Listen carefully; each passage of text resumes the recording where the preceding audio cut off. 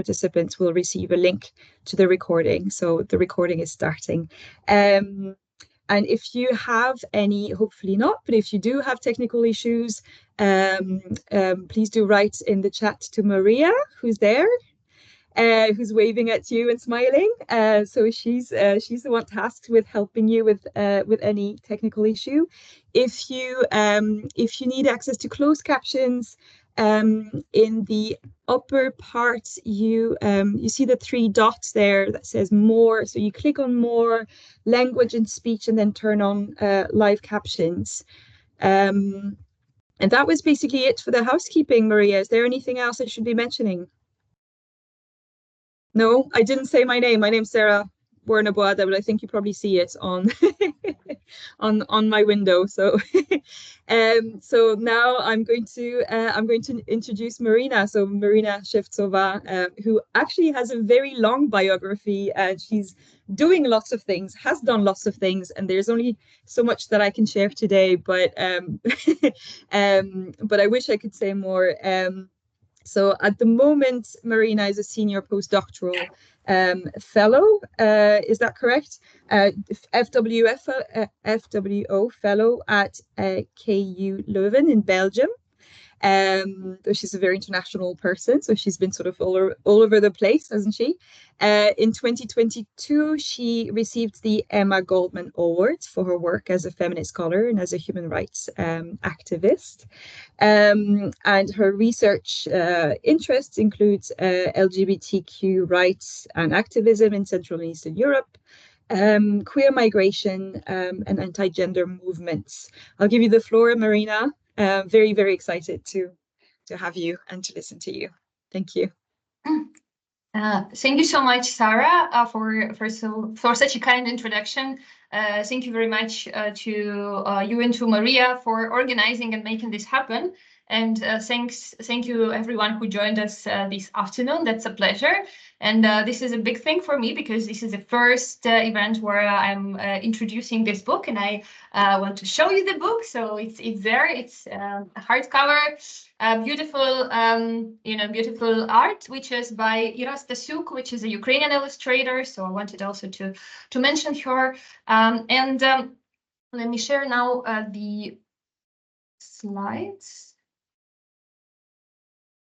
Okay, I can also see you. Oh, yes, now I also see a little bit of the audience. And just to give you a couple of words about how I decided to structure this presentation. So this is not a very usual type of talk for me, because this is the first time that I do a launch of an edited volume. And also very first time for this particular volume. It's fresh. It's out only this month. So I decided to split basically those 45 or so minutes that I have into two parts, roughly of the same length. And the one will be dedicated basically to the volume. So I want to tell you about how it was written and about the contributors, because I think maybe you know some of the names and maybe not. So I would love to introduce them to you a little bit here and tell you about the themes and the chapters that are in that volume. So basically, I will try to convince you to maybe not to buy it, because you know how outrageously expensive the books are, but convince your university to buy it for you, or to buy maybe an e-copy. And then the second part, I will be talking about one of the chapters that I wrote for this volume. That will be a chapter on queer refugees, war refugees from Ukraine to the EU. So to start with, I wanted to give you an idea of how the idea for this book developed and how this volume was written. So it started in April 2022, or actually maybe even in March 2022. So exactly 2 years from now, when I was a postdoc at the University of Ljubljana, which hosted me for Marie Curie Co-Fund Utopia Fellowship.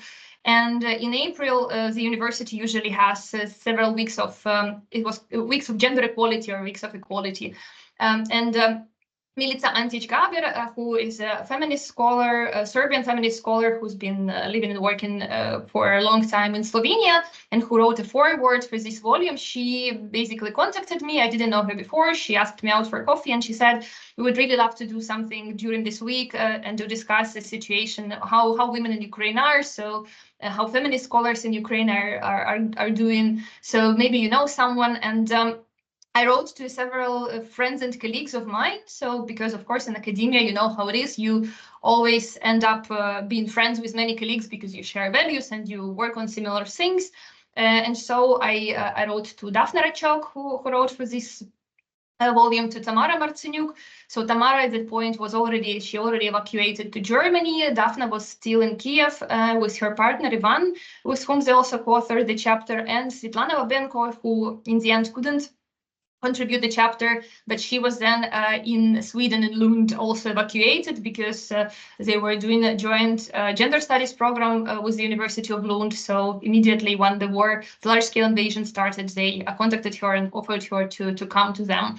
And it was a very weird, of course, discussion then, because it wasn't nothing, academic reflection, because it was very raw. It was basically just telling how they were, how women in Ukraine were, how people in Ukraine were.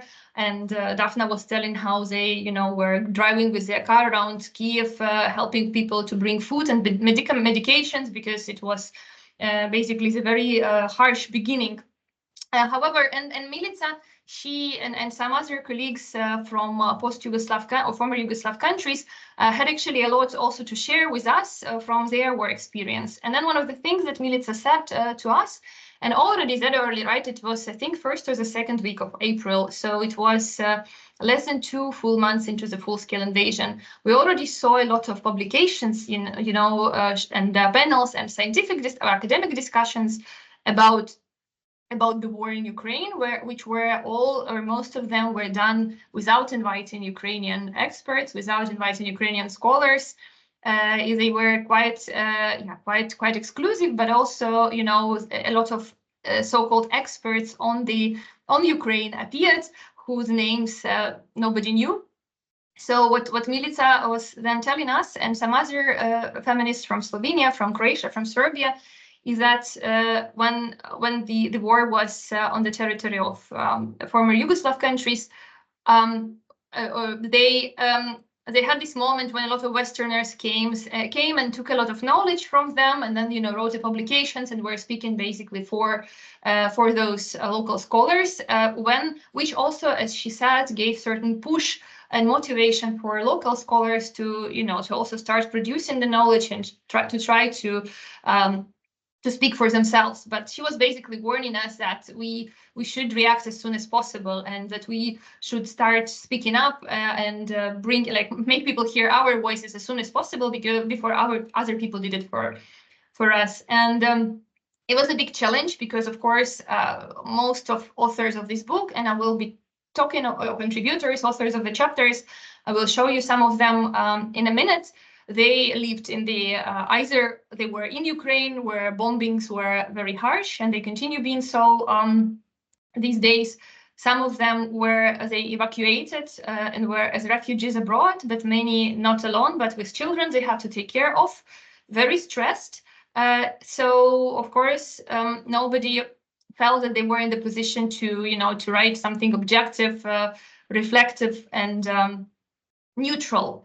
At the same time, everybody wanted to make people hear us, especially in the light of the notoriously famous Feminist manifesto that you might remember from the March 2022, when quite a few well-known feminist activists and scholars, and many others less known feminist activists and scholars from the global north wrote basically a manifesto that was calling for Ukrainians and Ukrainian women to act in a pacifist way and to lay down weapons, and for the West not to arm Ukraine, which provoked a lot of outrage among Ukrainian and Eastern European and Central Eastern European feminists.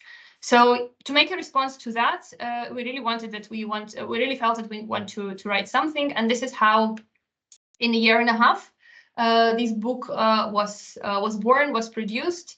And I wanted to show you maybe not the most conventional way of presenting a volume, although I'm not sure. I wanted to show you some faces. These are not all the authors, but just some of them whom I know really, really well. So when we were making the call for this volume, we didn't really make an open call. We wanted to be careful also because of the sensitivity of the topic. So we were first, I was basically writing to people with whom I either worked or also was a very good friend of. And of course, two first ones to whom I wrote were Tamara Marcenyuk and Olena Strelnik. I would say they're among the names in Ukrainian feminist scholarship. Tamara so they're both sociologists, and Tamara works a lot on the topics in general of gender equality, feminist activism in Ukraine, women's rights, but also LGBT rights, women in politics, Roma women. And she does a lot also for public education. So she also writes books for a broader audience explaining. So for example, she has a book which is called Why You Shouldn't Be Afraid of Feminism. And another one on masculinities, which are for a broader audience. And her chapter in this book is about changing masculinities in the times of after Euromaidan and large-scale invasion.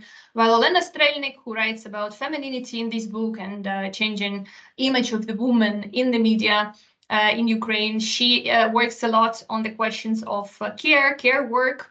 And I want to say that all people who contributed to this book, they are both activists and scholars. So they do a lot of practical work. They not only volunteering during this large war, but all through all their career and their lives, they all are very actively engaged with societal life and activism, which I think makes their contribution and voices even more valuable and more important to be heard in the West. Now, to other people, and I want to make special shout out to Katerina Loska because she's in the audience today. I saw her. So she's an activist from Belarus and a scholar doing now PhD at Ghent University. And she wrote a great chapter about Belarusian women activists joining the fight for Ukraine, which I think is a very important part of our book. And I think there should be more about Belarus. And on the left, there are two very good friends of mine. So Daphne Rachok, and I took a picture that's actually from Pride, from Kyiv Pride in Ukraine in 2021, just several months before the war started, or the large war started. So just to show you that there was a large gay parade, Kyiv Pride March of Equality in the center of Kyiv. And Daphne is also a gender studies master from CEU, and Ivan, her partner. So both of them, they were in Ukraine when the war started, the large-scale invasion started, doing their field work, and they couldn't leave because Ivan, as a man, even though he is a student at the University of Alberta in Canada, he wasn't allowed to leave because he is a male in his, I believe, 30s. And all men between 18 and 60 are not allowed to leave Ukraine. And they both volunteered a lot.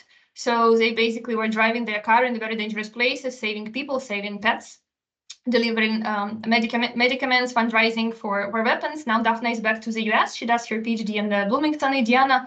And Ivan is still in Ukraine. He can't leave. So these are, I just want to show you this. Who are those kind of people who were writing these chapters? Because I want you to think about them as a real people when you read those pages. And also Maryna Shevtsova on the lower photo, she evacuated to Italy with her huge dog.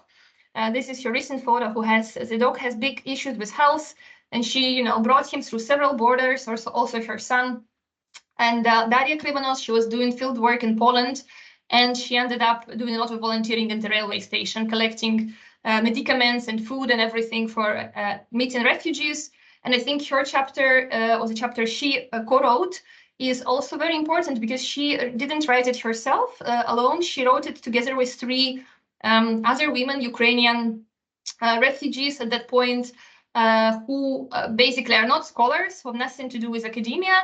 And they explore this co-participatory writing when you have only one author who knows how to write academic chapters. And then they were discussing a lot what to write and how. And I really encourage you to read that chapter of theirs. And finally, the last but not the least, but again, these are not all the authors. I just wanted to keep the time. Hanna Manolenko and Oksana Potapova, they're both activists now, PhD students, one at the University of Melbourne and the other, and Oksana in London School of Economics and Political Science. Hanna, she did a lot of work related to the Women, Peace, Security National Plan for Ukraine, and especially for creating one during the hybrid stage of war from 2014 to 2022.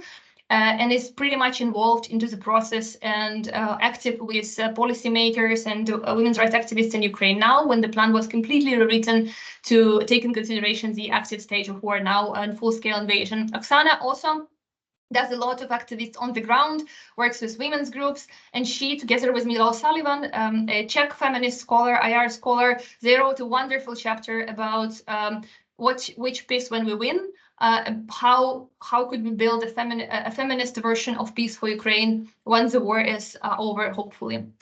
And now the last part before I move to the presentation of my chapter, I wanted to show you again the table of content and to basically again walk you through and try to seduce you, if I haven't yet, into reading this piece. So we just divided the book roughly in three parts. And the first one is basically about identities and about femininity and masculinity. And the first one are about changing image of women in the media, while the second one is about changing masculinities. And if you will have later the questions about maybe these chapters or questions related to these topics, I'll be happy to discuss it further. And the two other exciting chapters are, so one about LGBTQ soldiers. So Ivan interviewed, as a part of a project, Ivan and Daphne together interviewed quite a few LGBTQ soldiers, because in Ukraine now the movement of LGBTQ soldiers and veterans is gaining momentum. People are coming out openly as a way also to demand for equal rights. The chapter is based on the interviews with them. And the other chapter written by Daphne is about another interesting project, which is called the Terror Only Fans movement, which is basically a movement of people who sell their artistic nude photos in exchange for the donations for the army. So she interviewed people who are involved in this campaign and talked about their agency, subjectivity, erotic, body power over one's body, and what do you do with your body, how do you perceive it, and also one's sexuality, reactions to that campaign in the Ukrainian society. I think it's very interesting. There is also another chapter, as I said, co-written by Daria Krivonos and her three volunteer friends, Ukrainian activists with whom, or refugees activists with whom they were working together at the railway station in Warsaw. And the railway station in Warsaw was accepting, especially in the first months of war, a lot of refugees every day. So they worked 24/7. They had to basically meet people, help them to fill the documents, give them basic stuff like tea, clothes, explain them where to go, accommodate them for a night. But what they are talking about is about how they, as young women, young Ukrainian women themselves, how they were seen, how they were sometimes treated by some males, either working with them as volunteers or those arriving. So how this, how your gender and how your age, your ethnicity or your nationality actually plays a role into that, and how do you cope, how do you stand up for being harassed or being objectified. Amazing piece by Maryna Shevtsova about obscene vocabulary. Basically, they interviewed a lot of women, asking them whether they started using curses and obscene words in their everyday life. And they explain how using this vocabulary feels empowering and also a way of resistance for Ukrainian women during the times of the war. And you also can get yourself a little bit familiar with Ukrainian curses if you read this chapter. So it also can be, useful and handy. Then Katya's chapter about Belarusian female activists. I think this is also a must read if you want to know more about Belarusian women's agency and what are they living through and what are their experiences in this context. And then, of course, the last part is all more about foreign policy, about feminist foreign policy, and basically about the failure of feminist foreign policy to accommodate the situation in Ukraine, the war in Ukraine, And this is then more open questions rather than, of course, something that says, this is good or this should be this way. So there are suggestions. I think Oksana's and Mila's chapter is really, really good, given some ideas of how potentially peace building and reconstruction of Ukraine could be in a case of using feminist foreign policy applied to Ukraine, but without further blubbering, go into it. And one more moment of self-promotion. So for those of you, if there are those who are now in the audience, or maybe who will be watching this in recording, I wanted to say that for those who speak Ukrainian, unfortunately only for those, on this channel, there are 4 videos, which are basically with the same names as the articles, with the presentation by the authors, where they, in non-academic language, talk about their chapters, and also give some comments. And I think these are very interesting videos. And also there are some other videos by other Ukrainian feminist scholars. So if you speak Ukrainian and if you want to have a look and listen to them, you are totally welcome to go to this YouTube channel. Okay.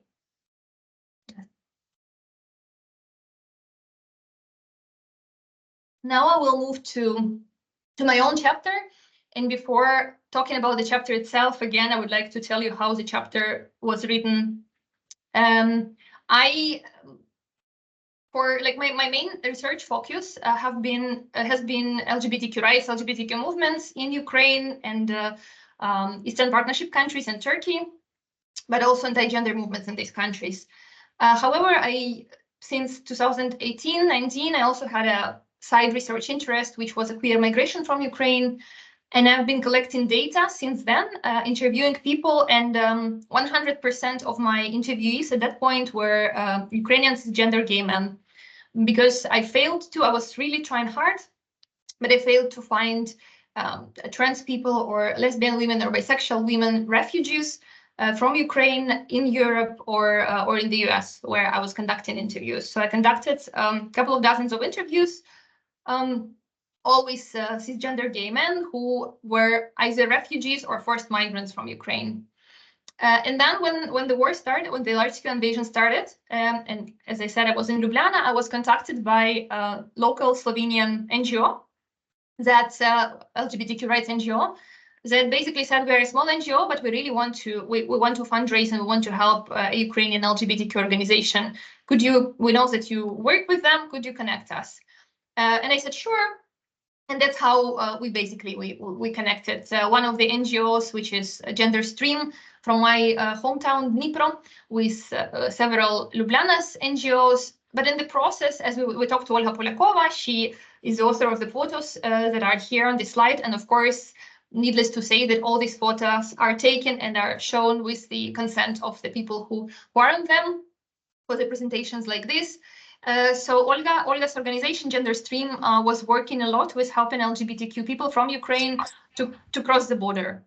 So she asked me whether I could help them to do some research to make a monitoring of needs and challenges of LGBTQ people who moved to Europe due to the war. And I said, of course. And then we also agreed that it will be both the policy research that will be used by Gender Stream for advocacy purposes and for fundraising purposes, but also that I will do my academic work and use the data further to write about it to academic audience and maybe to the broader audience. Just to show you what work we have done, thanks to the support of, as I said, Gender Stream, primarily The Voice, who funded Gender Stream's project, and Flax Foundation, who gave me the Emma Goldman Award, and we used part of it to fund my own trips and field work. So we did a field work in Slovakia, Poland, Germany, and Austria.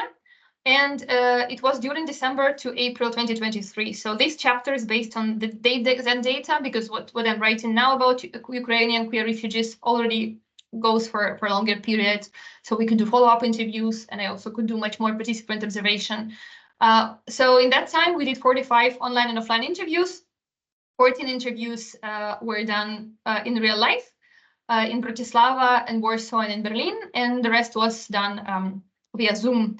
And you could see what countries were covered. So it was quite a broad selection of countries. starting from Austria to Slovakia alphabetically. And also the age groups was like from 18, so the youngest were 18, and the oldest was 50-year-old. We also tried to be inclusive as across sexual orientations and gender identities, but of course there we had our limitations because we basically made several calls in different Telegram channels and LGBTQ groups, where we were telling what kind of research is being done, and we promised a small honorarium.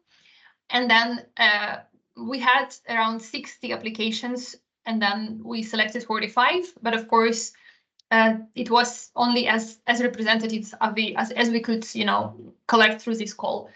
And of course, I think there were two big advantages that I had accessing this audience. One, of course, that it was thanks to GenderStream, who already has a very good reputation, and to half of these people, they actually helped to cross the border, because there were big challenges for crossing the border, especially not for women, but for people first of all, of course, for gay men. So very few could leave. And then for trans people who didn't have documents corresponding, either didn't have documents corresponding to their gender expression, or for trans men who had documents already in order and who had the medical document that would allow them, because the diagnosis of gender dysphoria that you get in Ukraine allows you to be exempt from the military service and to cross the border, but it doesn't necessarily mean that when you are at the border that the officers would allow you to do so. So there were many cases of abuse, of insults, of just not allowing people to leave. One person who was a gay man, cisgender gay man, but he had a lot of medical diagnoses, and he's also his hand was not okay, so he doesn't have several fingers, and he was basically abused a lot at the border and told that he would be arrested and sent to the military. And only thanks to the lawyers provided by the NGOs, who had also emotional resources to stand up for him, he could cross from the third attempt the border. There were cases when trans people were stripped of clothes, and several officers or people at the border would be called to look at them and to make fun of them. So it was a lot of there is a lot of very harsh stories with regard to such seemingly simple way, as a border crossing. So even, in the fact that it seems that the EU became open, so to say, for Ukrainians, even such a seemingly simple thing as to cross the border and leave the country for those who have the legal right to do so, was not that simple. The chapter that I wrote is in a way a ethnographic writing to some extent, and it is structured around 4 vignettes. So there are many quotations and direct quotations and reflections of mine. So I put some quotations on the slides just for you maybe to read. They're not necessarily exactly meeting the themes that I will be discussing now, but I also wanted still to illustrate, to give you an idea of what people were saying. I wanted to structure my presentation, the time that I have left of the presentation, around 3 themes that were very much pronounced during those interviews. These are not all the themes, it's not exhausting, but I think they are the ones that I would like to discuss the most. And the first one, I call it choosing the country and choosing identity. So I think one of the biggest differences that is between 2 waves, so to say, of queer migration from Ukraine, the one all the way before 2022 and everything during the war, except the fact that there is the big war itself, right? So it's already a big difference, is the fact that most of queer refugees to whom I talked before were people who applied for asylum or tried to apply for asylum based on their LGBTQ status. So they would have to prove the fact that they're gay or lesbian. They would have to prove that they were activists, that they had a life threat. And that sometimes, of course, from different reports and from articles on the topic, that it can be quite humiliating and absurd. In this case, all LGBTQ people, once they cross the border, so once they manage to pass the obstacle of Ukrainian border control, as Ukrainians, as people with Ukrainian passports, they were welcome. Here is probably, it is also important to make a remark that some of these people were not necessarily Ukrainian citizens. So we had several cases, they're not that common, but there were quite a few still, when, for example, a Ukrainian queer person would have a partner with a Russian passport. And this person has been residing in Ukraine for years, but Ukraine is also, unfortunately, notoriously famous for not giving easily the passport to people who live there and not giving the refugee. So we had already cases of people asking from Georgia and from Russia, asking for political asylum in Ukraine because they were persecuted in their own countries due to their being queer activists, and Ukraine didn't grant them that status. So one activist, for example, then went to the Netherlands, and there the status was granted immediately. But it was before 2022. So in this case, if there is such a couple, then they already it was easy for a person with Russian passport, for example, to leave Ukraine because the border control would not keep them. But once they are in the EU, unlike Ukrainians who were welcome, formally at least, Russians weren't. And so for them, they would have to try, and what they had to do is to apply for a formal refugee asylum procedure, which is quite complicated. But this is, this is less number of cases and everything, but I think it is important to mention this. Now, for those who are Ukrainians, of course, it seemed that the situation improved significantly because they got the permission to get to the European Union and basically to choose any country where they want to go. An unprecedented case, right? Well, one thing what happened is that, and it's important to say so, despite all this thing that the EU is saying that this is a union of equality and that LGBTQ rights are the biggest or one of the biggest crucial values defining Europeanness of a person. If you look at the programs for Ukrainian refugees, and if you look at how shelters were organized in all the countries, how the reception was designed, you will see that at the level of the government, none of the countries did something specifically targeting LGBTQ people. So basically accommodating challenges and needs of queer refugees was fully on the shoulders of NGOs. That, as you know, are underfunded, of NGOs that are overwhelmed with the work. And of course, it is to say that in all the countries, LGBTQ rights NGOs try to do as much as possible, but they only could do, as much as they could with their resources, which means that in many countries, they could do very little.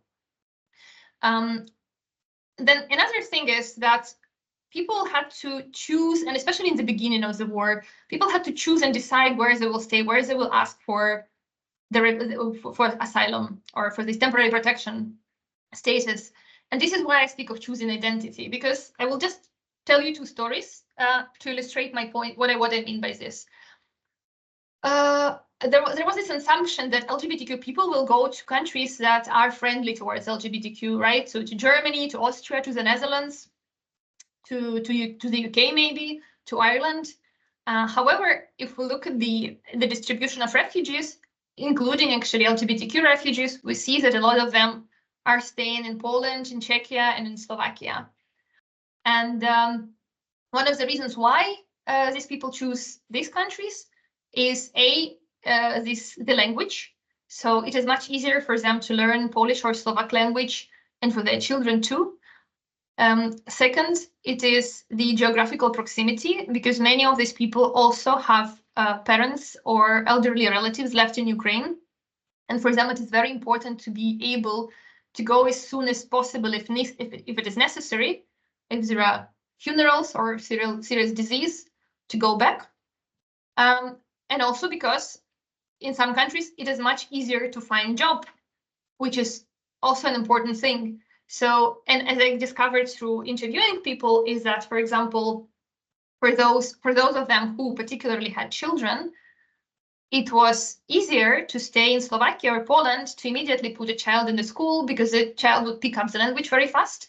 so they will not lose time.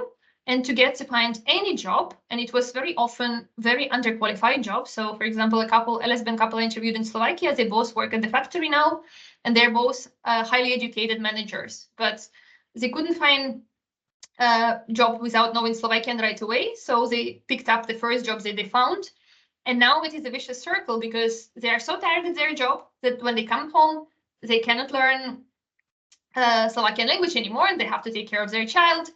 So, they don't see that they will improve their career anytime soon, but they say it is important for us to stay in Slovakia because Slovakia is close to Ukraine. Our son is already very well integrated. So we kind of give up the fact that, and they have to still hide the fact that they're lesbians. So they still have to pretend that they're sisters, or that one is a friend and a godmother of the child, and another one is a real mother. So, basically covering and not telling to teacher at the school, to other parents of other children that they are a lesbian couple, because in Slovakia, they say we are afraid that we will be arrested, or we are afraid that they will take a child from us. On the other hand, another couple that I interviewed in Berlin, and one of them is my dentist and her wife. So they first were invited to stay in Poland, and in Poland they would have been able to work, especially, which I think is especially important for the dentist, and she's a highly qualified dentist. She treated my teeth so well. I miss her a lot. But in Poland, they couldn't be open about their sexual identity, their sexual orientation, and being a couple. So they went to Germany. But to be able to work in Germany, you have to master German language first to a very high level, and then pass the exam. So it's been already 2 years that my dentist hasn't been practicing. And I think it's very, on the one hand, it is very generous of Germany, right, to give the basically financial support and to allow people to stay in for 2 years, learn the language. On the other hand, I just feel that it is such a waste of human potential, and also feeling for her and for other people that, you cannot realize yourself as a professional. You have to give up this part of your life for the sake of being yourself, being openly lesbian, because this is the country that allows you to do that, but it doesn't accept the fact that you're a competent already dentist, because you can't be a competent dentist in Germany if you don't speak fluent German. Another topic that was pretty much discussed is about building or not home away from home. And it is also related to the theme of returnees. So it is important to say that 1/3 at least, if I'm not mistaken, maybe even 1/2 of Ukrainian refugees already came back to Ukraine from the EU. And among them, there are also many queer people. And some of them actually went back to quite dangerous places, such as Zaporizhia, such as Kherson, and these are cities that are shelled every day. These are cities that are where is no job or very little job for people. And of course, I was asking them why. So some of them were already planning to go back then, and some of them I interviewed later when they came back to ask them how they felt. And this is, I think, for all of us, was a big discovery to find out that many people felt, and even people coming back from countries like Germany or the UK or Ireland, that even the fact that in those countries, it seemed that they felt better, like more open about being queer, about being LGBT, they didn't feel, they didn't feel good. They felt that they want to go back home, and they felt that, and then there were different reasons. Some were saying, I want to come back and to do something for my country. I don't feel I'm checking news all the time. I'm checking the Telegram channels of my neighborhood where people are discussing when there is the alarm, when there is the attack, what's happening, and I just don't live my life here. I want to go back and be with them. I feel safer, and some people said I feel safer there under bombs than I feel here when I read what's happening to people. Other people said that people coming from countries as, for example, Slovakia or Romania or Poland, they actually said that they didn't realize how safe and open they were, or how comfortable in a way their life was in Ukraine, because they understood everything. So the fact that they couldn't read the people, that they didn't really understand the mentalities, that they didn't feel that they know the city, was really traumatizing for them. So many were referring to the fact that they didn't live their life to the fullest while being away from home. At the same time, there were people, and there are people who, vice versa, really felt for the first time in their life free to be who they are. And there were also many stories like this. People who were saying that they want to stay in the EU no matter what. And even if temporary protection is over, they will be trying with all their efforts to stay, because the way how they felt for the first time, being accepted, being understood, not questioned about the nature of relationship with a partner, was very unique for them. So this was also there. Some people built new romantic relationships, which also, became a new foundation for them to want to stay in the country. But I think it is very important for me also to stress that this is not the case for all of them. And this is, I would say maybe even 50-50. Well, but this is from my sampling, which is of course not fully representative. But to say that it's not automatically that any queer Ukrainian wants to leave Ukraine and be in the EU.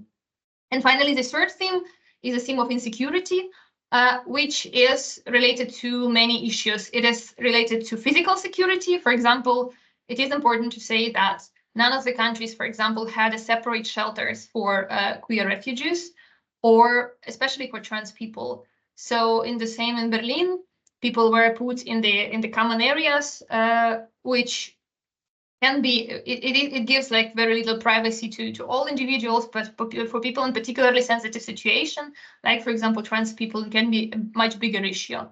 It can be in terms of also of how long the temporary protection status will last. So not knowing, whether it will be renewed every year, what will be the conditions, what will be the situation. Insecurity in terms of healthcare, not knowing where to go to get medical hormones for trans people, not understanding fully how healthcare works, what rights you have. All this created for many the feeling of insecurity, while on the one hand, they would be feeling that, now I'm safe here from bombing, but then people would have a lot of other anxieties. And of course, some people in countries which are less LGBTQ friendly were mentioning it wasn't secure for them either to be themselves, or they couldn't really estimate how insecure it is. So I'm giving here one of the quotations when an interview was saying that, and she had a very bright appearance with pink hair, with some piercing, and she was saying that I knew very well how to deal with people in Ukraine. I see a man, and I already understand if he's dangerous or not. How do I talk to him? Maybe I try not to talk to him and just escape. But I knew my way. But here in Slovakia, people are so different that I really don't know what presents danger for me and what doesn't. So she actually often preferred to stay indoors and to avoid, going out somewhere and socializing, because she didn't know whether it's dangerous for her or not. Now, slowly wrapping up already. Instead of the discussion, I actually wanted to do again promotion. I'm doing a lot of promotion today. I'm sorry for that, but I feel like it's worth it. I wanted to say that there are other responses by feminist Ukrainian scholars and Central European scholars that I think need to be also acknowledged and read and heard of different colleagues. So one is the issue. It's all open access of gender studies, and it's a Kharkov, Ukraine Kharkiv-based journal, and it contains a lot of essays you see in the middle, which are basically different responses and reactions and reflections on feminist solidarity with Ukraine, how it should be, how it could be, and also how many Eastern European feminist scholars felt when the large-scale invasion war started, when they saw certain reactions from the Western colleagues and sisters. So I think this is a very valuable collection. On the right, the book that is about to be published, I think it's in March this year, and this is personal experiences of Ukrainian scholars. So I'm really excited to read it when it will be out, because I know, again, so Tamara Martiniuk is one of the editors, and I know that several colleagues who are scholars and mothers, such as, for example, Katerina Zarembo, who is a great scholar and a mother of 4, and she had to evacuate with 4 children, one of them still, I think, under 1 year old. when the war started, and she was placed as a guest scholar at the university and kind of expected to perform. So there will be this kind of many reflections of colleagues about experience of war for women, motherhood, being a refugee, being uprooted, but then expected to perform, expected to give talks, expected to produce texts, expected to be neutral and objective. And then finally, the volume of Journal of International Relations and Development, which just was out recently, edited by Olga Burluk and Vjosa Musliu, where it is not that much of a feminist scholarship. It is feminist in its nature in many articles, but it's basically the discussion about epistemological violence, about who is to be heard and who is not heard during this war and discussion, where is Ukraine and all this, where are Ukrainian scholars and all of this, and what we could do to, to shift a little bit the power balance. I will stop here. I thank you very much for listening, for being through this for 40+ minutes. I put also here the special discount offer in case if somebody decides to buy a book, but I would rather say still push your university to do that, don't spend your money. Thank you very much. Thank you so much, Maryna, for such an important talk. And I just want to say, just please don't apologize for promoting your book or other people's work. That's what you're here for. You're here to educate us. And if anything, we're very grateful to be listening to you. So that was really fantastic. Thank you so much. We will start gathering questions. So I don't see any question in the chat, but what we'll do is we'll gather 2 or 3 questions at a time. If you can turn on your camera when you're asking your question, it'd be great.